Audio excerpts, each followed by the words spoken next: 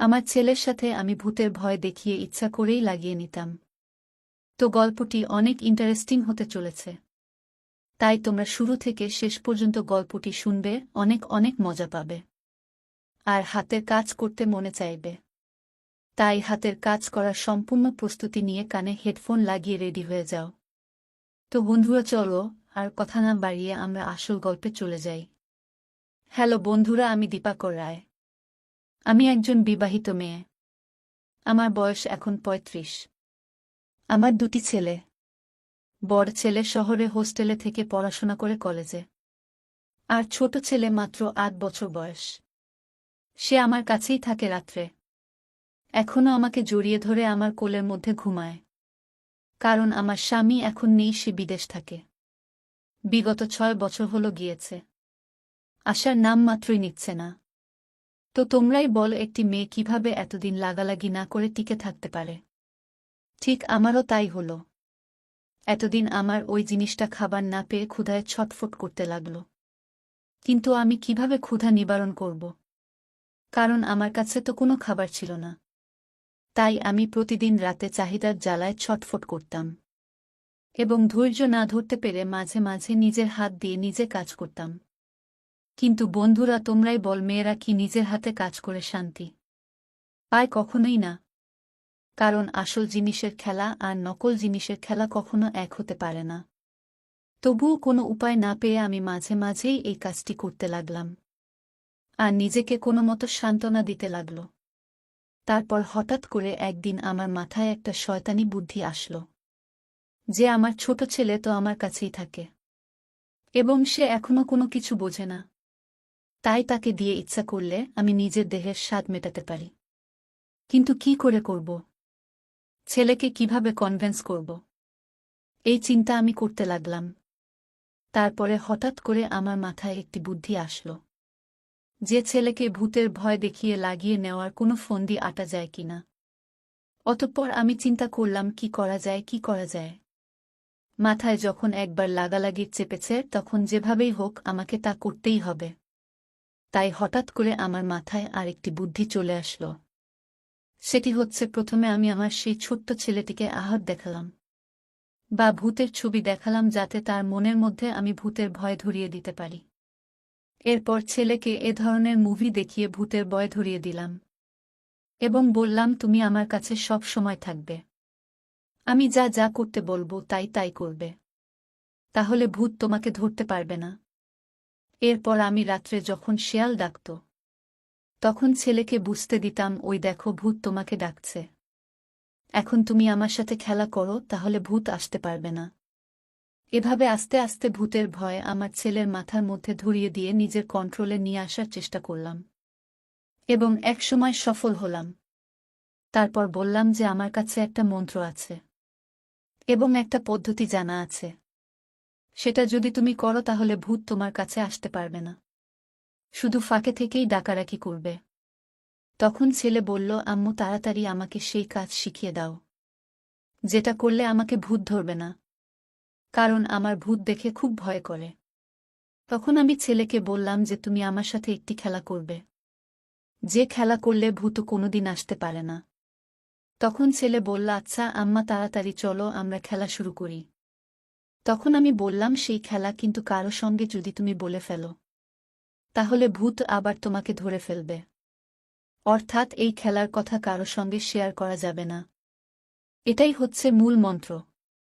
যতদিন তুমি এই খেলা করবে ততদিন তোমার কাছে ভূত আসবে না, এবং যতদিন কাউকে তুমি বলবে না ততদিন তোমার কাছে ভূত আসবে না। যখনই তুমি এই খেলা করা বাদ দেবে তখনই তোমার কাছে ভূত আসবে, এবং কাউকে বলে ফেললেও তোমার কাছে ভূত আসবে। তখন বলল, আচ্ছা আম্মা, ঠিক আছে, আমি কাউকে বলবো না। তো এখন তাড়াতাড়ি খেলা করি, আমার খুব ভয় করছে। অতঃপর আমি বললাম, ঠিক আছে আব্বু। এই বলে ছেলেকে আমি উন্মুক্ত করলাম। তখন ছেলে বলল, আম্মা, আমাকে তুমি উন্মুক্ত কেন করছো? আমি বললাম, এটাই হচ্ছে সেই খেলার পদ্ধতি। এই খেলাটি আমাদের দুজনকেই উন্মুক্ত হয়ে খেলতে হবে। এই বলে আমি ছেলেকে উন্মুক্ত করলাম এবং বললাম, বাবা, এবার তুমিও আমাকে উন্মুক্ত করো। কারণ একে আর একজনকে উন্মুক্ত করতে হবে। নিজে নিজে উন্মুক্ত হলে হবে না। বন্ধুরা, এই বলে আমি ছেলের দ্বারা উন্মুক্ত হতে লাগলাম। আর নিজেকে অনেক আনন্দিত মনে করলাম। যখন ছেলে আমাকে উন্মুক্ত করছিল, তখন আমার বেশ ভালো লাগছিল। কারণ আজকে প্রায় 6 বছর পর আমার খেলার সোনার মাঠে কোনো খেলোয়াড় প্রবেশ করবে। যদিও হোক সেটা নিজের ছেলের বা অনেক ছোট। তারপরেও আমার মনের মধ্যে আনন্দের নেচে নেচে উঠল। আর আমার ভিতরে গরম হয়ে গেল। এবং অলরেডি আমার খুশিতে খেলার সোনার মাঠে পানি দ্বারা ভিজে গেল। কিন্তু ছেলে তো এসব কিছুই বুঝছে না। সে শুধু ভূতের ভয় থেকে বাঁচার জন্য আমাকে উন্মুক্ত করছে। একটু পর সে আমাকে পরিপূর্ণ উন্মুক্ত করে ফেলল। তারপর বলল, আম্মু, এবার কি করতে হয় বলো। আমি ছেলেকে বললাম, এক কাজ করো। তুমি আমার আপেল দুটি নিয়ে জোরে জোরে চাপতে থাকো। যত জোরে এই আপেল দুটি চাপাচাপি করবে, ততই ভূত দূরে চলে যাবে। আর ছেলে সেটাই সত্যি মনে করে আমার আপেল দুটি তার গায়ের শক্তি দিয়ে চাপাচাপি করতে থাকল। আর আমিও চোখ বুজে ছেলের আপেল চাপাচাপি করার মজা নিতে লাগলাম। এবং মনে হচ্ছিল সত্যি সত্যি কোনো পুরুষ আমার আপেল নিয়ে খেলা করছে। তারপর আমি বললাম, বাবা, এরপর তুমি আস্তে আস্তে আমার আপেল দুটি কামড়াতে থাকো। দাঁত বসিয়ে দাও। তাহলে ভূত আর কোনদিনও আসতে পারবে না। অতঃপর ছেলে তাই করতে থাকল, তার ছোট ছোট দাঁত দিয়ে আমার আপেল দুটি মুখে নিয়ে আস্তে আস্তে কামড়াতে থাকল। আর আমি বিভিন্ন রকম আওয়াজ করতে থাকলাম। আর নিজেকে মনে মনে ভাবলাম যে আমার স্বামী আমাকে আদর করছে। তখন নিজের সেই ছোট্ট ছেলেকে নিজের স্বামীর মতো মনে হল। আর বন্ধুরা, এই জগৎ এমন একটা জগৎ যেখানে কোনো ভাই ছেলে সন্তান পার্থক্য থাকে না। অর্থাৎ কোনো মেয়ে যখন খেলার জন্য পাগল হয়ে যায়, তখন তার কাছে নিজের চাওয়ালো পর পুরুষের মতো মনে হয়। তখন মনে হয় সে যে কেউ হোক, পাগল কেন না হোক, আমাকে লাগিয়ে সুখ দিক। অতঃপর এভাবে আমার যতক্ষণ মনে চাইল ছেলেকে ভূতের ভয় দেখিয়ে আমার আপেল চাপাচাপির মজা নিলাম। এরপরে বললাম, বাবা, এবার হবে তোমার আসল খেলা। এই খেলাটি খেললেই তো আর কোনদিনও আসতে পারবে না। তবে প্রতিদিন খেলতে হবে। তারপর ছেলে বলল, ঠিক আছে আম্মু, বলো এখন কি করতে হবে। এর মাঝে আমি খেয়াল করে দেখলাম ছেলের অলরেডি অনেক শক্ত হয়ে গেছে। যদিও সেটা ছোট ছিল, তারপরেও অটোমেটিকলি সেটা শক্ত হয়ে দাঁড়িয়ে আছে। যেহেতু সে ছোট হলেও একটি ছেলে, তাই তার এটা শারীরিক একটা স্বভাব। এটা দাঁড় হবেই, এটাই সাধারণ বিষয়। তাই ছেলেরও ওই ছোট্ট খেলোয়াড়টি দাঁড়িয়ে করছে। তখন আমি আমার খেলার সোনার মাঠে দেখিয়ে দিয়ে বললাম, তোমার ওই ছোট খেলোয়াড়টি এখানে ঢুকিয়ে করিয়ে জোরে জোরে খেলতে থাকবে। যত জোরে জোরে খেলবে তত ভূত দূরে চলে যাবে। তোমার গায়ের যত শক্তি আছে সকল শক্তি দিয়ে খেলতে থাকবে। তখন ছেলে ভূতের ভয়ের থেকে বাঁচার জন্য তাই করতে লাগল। সে সরাসরি কোনো কিছু না বুঝে তারা সেই ছোট্ট খেলোটি আমার খেলার সোনার মাঠে প্রবেশ করে দিয়ে শুরু থেকেই গায়ের শক্তি দিয়ে খেলতে লাগল। কারণ তার একটাই ভয় যে ওর থেকে বাঁচতে হবে। আর যখনই তার সেই ছোট্ট খেলোয়াড়টি আমার বিশাল খেলার সোনার মাঠে ঢুকিয়ে দিল, তখন আমার মন আনন্দ নেচে উঠল। কারণ আজকে 6 বছর পরে আমার খেলার সোনার মাঠে কোনো পুরুষের খেলোয়াড় ঢুকেছে। তাই এতটা ভালো লাগলো যে আমি আর নিজেকে কন্ট্রোল করতে পারলাম না। বারে বারে কেঁপে কেঁপে পড়তে লাগলাম। তখন ছেলে বলল, আম্মু, তোমার কি হয়েছে, এরকম করছো কেন? তখন বললাম যে আমার গায়ে ভূত এসেছিল, সেটা চলে যাচ্ছে, তাই আমি এমন করছি। এজন্য বাবা তুমি জোরে জোরে করো, তাহলে ভূত তাড়াতাড়ি চলে যাবে। এ কথা শুনে সেটা তাই করতে লাগল। আর আমি যেন সুখের সাগরে ভেসে যেতে লাগলাম। এভাবে আমি অনেকক্ষণ ছেলেকে দিয়ে খেলিয়ে নিলাম। তারপর বললাম, বাবা, এবার খেলার ধরন চেঞ্জ করতে হবে। তুমি নিচে শুয়ে থাকবে, আর আমি তোমার উপর উঠে বসে তোমার খেলোয়াড় আমার খেলার সোনার মাঠে নিয়ে ভূত তাড়াব। ছেলে বলল, আচ্ছা ঠিক আছে আম্মু, তোমার যেটা ভালো মনে হয় সেটাই করো। অতঃপর আমি ছেলেকে এভাবে ভুয়া বুঝ দিয়ে তাকে নিচে রেখে আমি উপরে উঠে নিজের মনের ইচ্ছাগুলো পূরণ করতে লাগলাম। কারণ আমার অনেক দিনের ইচ্ছা এইভাবে খেলব। কিন্তু কোনো পুরুষকে আমি পেতাম না। তাই বাধ্য হয়ে আজকে মাত্র ৮ বছরের ছেলের সাথে লাগালাগি করতে বাধ্য হলাম। কিন্তু যদিও সে ৮ বছরের ছেলে ছিল, তার ওই ছোট্ট খেলোয়াড়টি আমার সোনার মাঠে নিয়েও অনেক শান্তি পাচ্ছিলাম। কারণ একটা কথা আছে, নাই মাই থেকে কানা মাই ভালো। তাই যেহেতু আমি এতদিন পাইনি, এই ছোট্ট খেলোয়াড়টিও আমার কাছে অনেক স্বাদের মনে হচ্ছিল। মনে হচ্ছিল আমি সেই খেলোয়াড়টি চিবিয়ে খাব। যাই হোক, এভাবে ছেলেকে দিয়ে আমি বিভিন্ন পদ্ধতিতে নিজের মনের স্বাদ মেটালাম। এবং একটি বিষয় লক্ষ্য করলাম, ছেলেও কেমন যেন তার মধ্যে ভালো লাগছে। সেও হয়তোবা মজা পাচ্ছে। তাই সেও আস্তে আস্তে নিজে থেকে বিভিন্নভাবে খেলতে লাগল। একসময় খেলতে খেলতে আমার আপেল দুটিও চাপাচাপি করতে লাগল। অর্থাৎ তার মধ্যে একটি বড় মানুষের স্বভাব চলে আসল। এটা হয়তোবা ভগবান সবার মধ্যে দিয়ে থাকে, কারণ এটি মানুষের শরীরের একটি চাহিদা।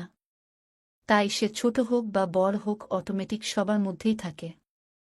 এজন্যই ছেলে আমার সাথে খেলা করতে করতে আমার আপেল দুটি বড় মানুষের মতো চাপাচাপি করতে লাগল এবং খেতে লাগল। এক একবার এক একটা খেতে লাগল। মনে হচ্ছিল কোনো বড় মানুষ যেন আমাকে লাগাচ্ছে। তখন আমি বড় মানুষ লাগানোর ফিল অনুভব করলাম। এরপর ছেলে আমাকে বিভিন্ন পদ্ধতিতে নিজে নিজেই লাগানো শুরু করল। বন্ধুরা, তোমরা শুনলে আশ্চর্য হবে। একটু পর ছেলে আমাকে পেছনের খেলার সোনার মাঠে লাগাতে চাইল। আমি বিষয়টা দেখে অবাক হয়ে গেলাম। যে পিছনের সোনার মাঠে লাগানোর কথা ছেলে কিভাবে বুঝল? তখন বুঝতে পেলাম এটি অটোমেটিক, সে বুঝতে পেরেছে। কারণ তার মধ্যে সেই চাহিদা চলে এসেছে। আর আমিও রাজি হয়ে গেলাম, কারণ পেছনের সোনার মাঠে অবশ্য ব্যথা পাই। তারপর আমি রাজি হয়ে গেলাম, কারণ যেহেতু তার খেলোয়াড়টি ছোট, তাই খেললে তেমন কোনো ব্যথা পাব না। হয়তোবা সামান্য একটু ব্যথা পাব, ওটা কোনো বিষয় না। অতঃপর ছেলে আমাকে নিজেই তার সুবিধামতো পজিশন করে নিল এবং সে তার নিজের পানি দিয়ে আমার খেলার সোনার মাঠেটি বেরিয়ে নিল। আমি দেখে অবাক হয়ে গেলাম যে এইটুকু ছেলে এটা কিভাবে বুঝল যে আগে ভিজিয়ে নিতে হয়, তাহলে ভালো মতো খেলা যায়। অতঃপর সে তার ছোট্ট খেলোয়াড় দিয়ে আমার পেছনের সোনার মাঠে খেলা শুরু করল। যদিও প্রথমে খেলা যাচ্ছিল না, মানে ভিতরে প্রবেশ করতে চাইছিল না, যেহেতু সেটি অনেক শক্ত সোনার মাঠে হয়। তারপরেও ছেলে অনেক চেষ্টা করার পরে প্রবেশ করাতে সক্ষম হল এবং আস্তে আস্তে খেলতে লাগল। একটু পরে দেখলাম ছেলে খেলার প্রতি বাড়িয়ে দিচ্ছে এবং আমাকে নিজে থেকেই আদর করছে। তখন আমি বুঝতে পারলাম যে সে অনেক মজা পাচ্ছে। এভাবে সেদিন আমি ছেলের সাথে প্রায় ১.৫-২ ঘন্টা একাধারে লাগালাগি করলাম। আর যেহেতু সে এখনো ছোট, তাই তার পানি বের হওয়ার কোনো সম্ভাবনা নেই। ইচ্ছা করলে সারারাত খেলতে পারবে। তাই আমি ভাবলাম দেওয়া যাবে না। এখনো তো অনেক দিন পড়ে আছে। ইচ্ছা করলে যখন তখন তার সাথে খেলা করা যাবে, ভূতের ভয় দেখিয়ে। আর তারপরেও এখন ছেলের মধ্যেও আমার শরীরের স্বাদ চলে এসেছে, তাই সে আমাকে যখন তখন খেলতে চাইবে। এজন্য সেদিনের মতো আমি নিজেকে শান্ত করলাম এবং মনে অনেক শান্তি পাইলাম। এরপর থেকে আমার যখনই মনে চাইত তখনই ছেলেকে দিয়ে খেলিয়ে নিতাম। এমনকি আমি রান্না করছি, তখন আমি ছেলেকে বলতাম যে, বাবা, আমি রান্না করি আর তুমি পেছন থেকে খেলা শুরু করো। এবং ছেলেও তাই করত। সে যদিও অনেক ছোট ছিল, তাই সে পায়ের নিচে একটি টুল নিত এবং উঁচা হয়ে আমার খেলার সোনার মাঠে পজিশন করে তার খেলোয়াড় দিয়ে খেলতে থাকত। আর আমি রান্না করতে থাকতাম। মায়ের সাথে কিভাবে খেলাধুলা করছে তাও নিজের ইচ্ছা মতো। এবং যখন তখন বিষয়টা ভাবতেই মনের মধ্যেও কেমন কেঁপে ওঠে, তাই না? যাই হোক বন্ধুরা, এভাবে আমি ছেলেকে ভূতের ভয় দেখিয়ে ম্যানেজ করে প্রতিদিন লাগালাগি করতাম। আর আস্তে আস্তে ছেড়ে আমার শরীরের স্বাদ পেয়ে সে নিজেই আমাকে লাগাতে চাইত। আর আমিও তাকে লাগাতে দিতাম।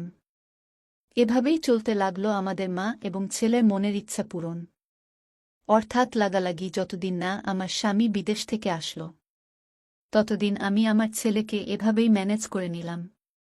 প্রিয় বন্ধুরা, গল্পটি আজকের মতো এখানেই শেষ করছি। আশা করছি এ পর্যন্ত তোমরা হাতের কাজ করা শেষ করেছ। কে কে হাতের কাজ করেছে কমেন্ট করে জানাবে এবং পরবর্তীতে কোন ধরনের ভিডিও কমেন্ট করে জানাবে। যদি গল্পটি ভালো লেগে থাকে তাহলে অবশ্যই আমার চ্যানেলটি সাবস্ক্রাইব করবে এবং পাশে থাকা বেল আইকনটিতে প্রেস করে রাখবে। লাইক করবে, কমেন্ট করবে এবং বেশি বেশি শেয়ার করবে। তো আজকের মতো এখানেই বিদায় নেব। পরবর্তী ভিডিও দেখার আমন্ত্রণ জানিয়ে বিদায় নিচ্ছি।